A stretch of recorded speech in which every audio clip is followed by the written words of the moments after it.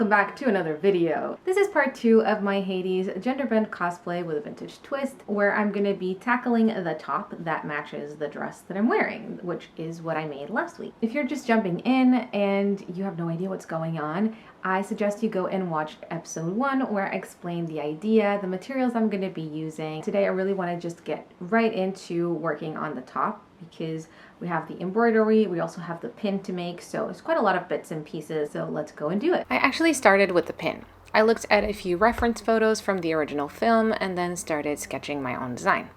I started by drawing a kind of cross on my paper to serve as a reference of the size I wanted the pin to be. The vertical line is 9 centimeters and the horizontal line is 4 centimeters.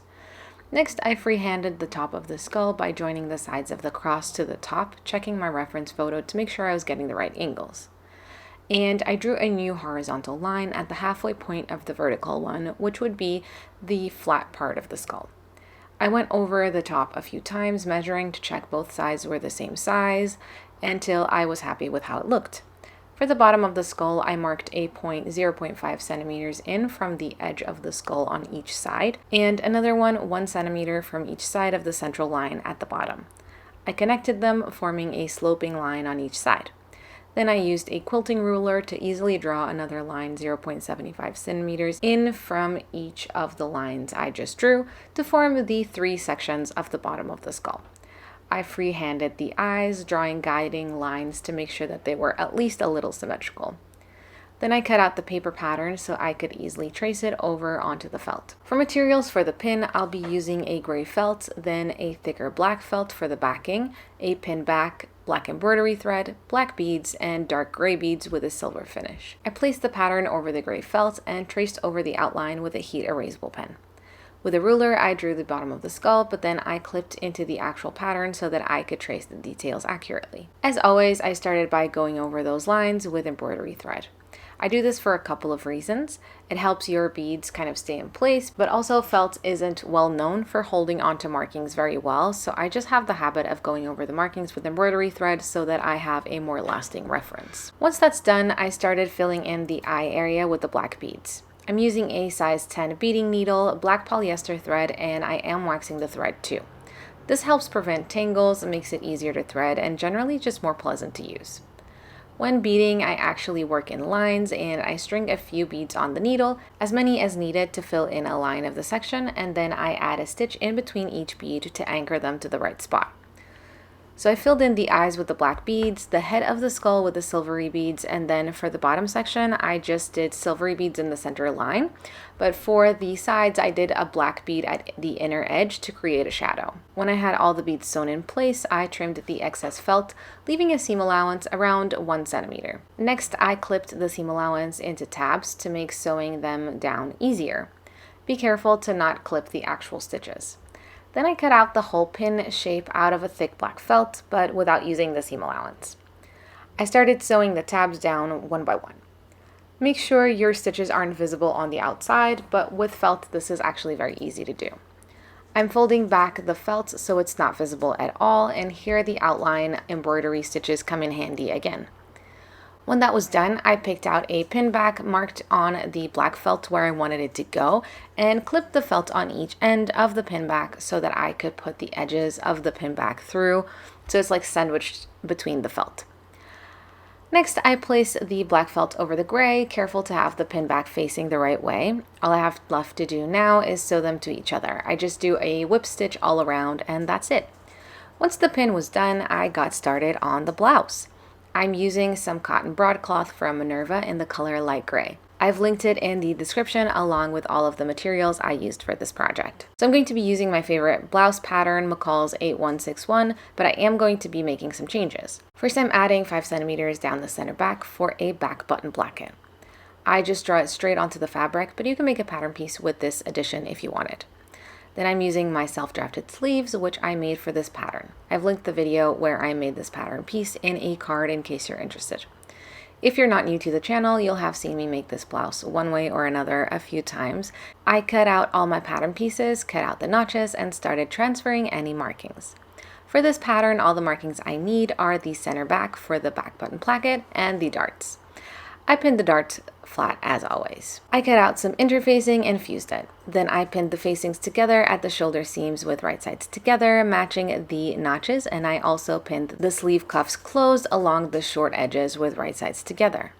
I stitched those seams as well as the darts, backstitching at the wide part of the dart and leaving long thread tails to manually tie off the tip of the dart. I also added the gathering stitches to the sleeves with no backstitching and leaving the threads long. I add 2 rows of gathering stitches to the sleeve cap and 2 to the hem of the sleeve, making sure that they're in the seam allowance. I also closed the sleeve underarm seam and stitched that in real quick. I pressed all my darts with the help of my tailor's hem. I'm pressing the front darts down and the back ones towards the center back. Then I pinned the back pieces to the front with right sides together along the shoulders and sides. I'm making sure to match the notches and pin the darts down where I want them to avoid them moving around. Next, I trimmed the seam allowances on the other bits. I stitched and also trimmed off any excess interfacing because that really annoys me. I stitched the shoulder and side seams of the bodice, then I trimmed them down and used a zigzag stitch on my machine to finish them. I also finished the sleeve cuffs, the sleeve underarms, and the shoulders of the facings. The batch sewing makes things kind of chaotic sometimes, but I promise when I'm doing it, I always have a logic of some sort going. I pressed all those seams and also went ahead and pressed the back button placket in place, and I'll be honest with you, I just eyeballed it. I wanted the center back to be around the center of the placket, and I folded it accordingly.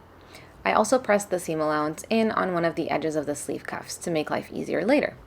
Then I pinned each cuff to a sleeve with right sides together, making sure to match up the seams. I used the gathering stitches to match the size of the sleeve hem to the cuff and then arrange the gathers in a way that I like.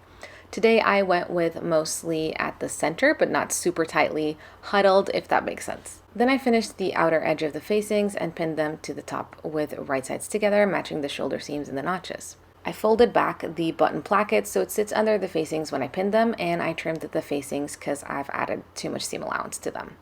Next, I stitched the facings to the bodice and also stitched the sleeves to the cuffs.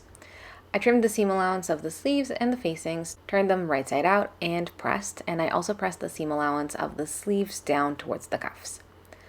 I pulled up a reference image of Hades to see what the border of his shirt looked like to use as inspiration for the design of my embroidery.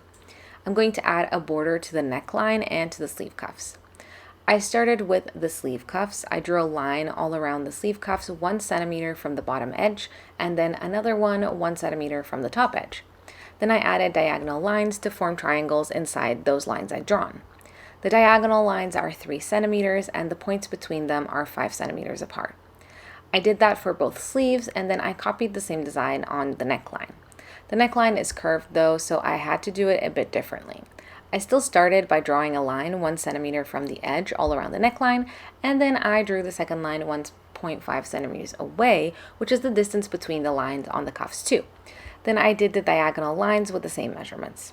I used my tailor's ham to help get the neckline flat while I designed the border. I'm using a hoop here, but I actually found it easier to do without the hoop as I went on. I'm using 3 strands of black embroidery thread and doing a super simple chain stitch, making sure that all my stitches are going in the same direction. I will link you to a video I made where I walk you through this stitch and more up in the cards. Hello, it's day 2 of making the blouse. Finished all the embroidery yesterday. I wanted to do the embroidery first so that, these facings would hide the stitches and keep them safer. So I need to tack those facings down. I need to do the hem. I also did the sleeves. So I need to finish stitching the sleeves down, the folded edge here, so that, this stays in place. Now that my embroidery was done, I slip stitched the cuffs closed, hiding the embroidery thread, and I also tacked down the neckline facings at the shoulder seams. When that was done, I pinned the sleeves to the bodice, making sure I'm using my gathering stitches to get the sleeve down to the size of the armhole. Here I also arranged the gathers so they all sit at the shoulder seam, but not super tightly. I stitched the sleeves in place, trimmed the seam allowances, and finished the raw edges with a zigzag stitch on my sewing machine. I then folded the button placket back once and stitched it down along the hem with the allocated seam allowance. I trimmed just the facing, flipped it right side out, and pressed it, also pressing the hem up. I did a basic hem, just pressed the seam allowance up, then folded the raw edge in and pressed it again. Then I top stitched the hem. If this was a skirt or a dress, I would do it by hand to avoid a visible seam, but this will be worn tucked in, so it's not really worth the time. Now it's time for buttons, but before I make the buttonholes, I actually need to pick out the buttons I'll be using. To do that, I emptied all of my black and gray buttons onto the top to pick out the contenders. I have a pretty big button collection, so I have them in jars all split into different colors. When I had selected these simple black buttons, I started making the buttonholes using the buttons to mark the size. I ended up not doing a button at the very top where the embroidery is because I didn't like the way it looked, but I did add a snap on later. Once I had the buttonholes marked, I made them on the sewing machine. Then I used the buttonholes to mark the placement of the buttons and sewed them on the sewing machine as well. I will link you to a video where I explain the whole button process I use in detail if you're interested. But once I finished the buttons, I was ready for the reveal.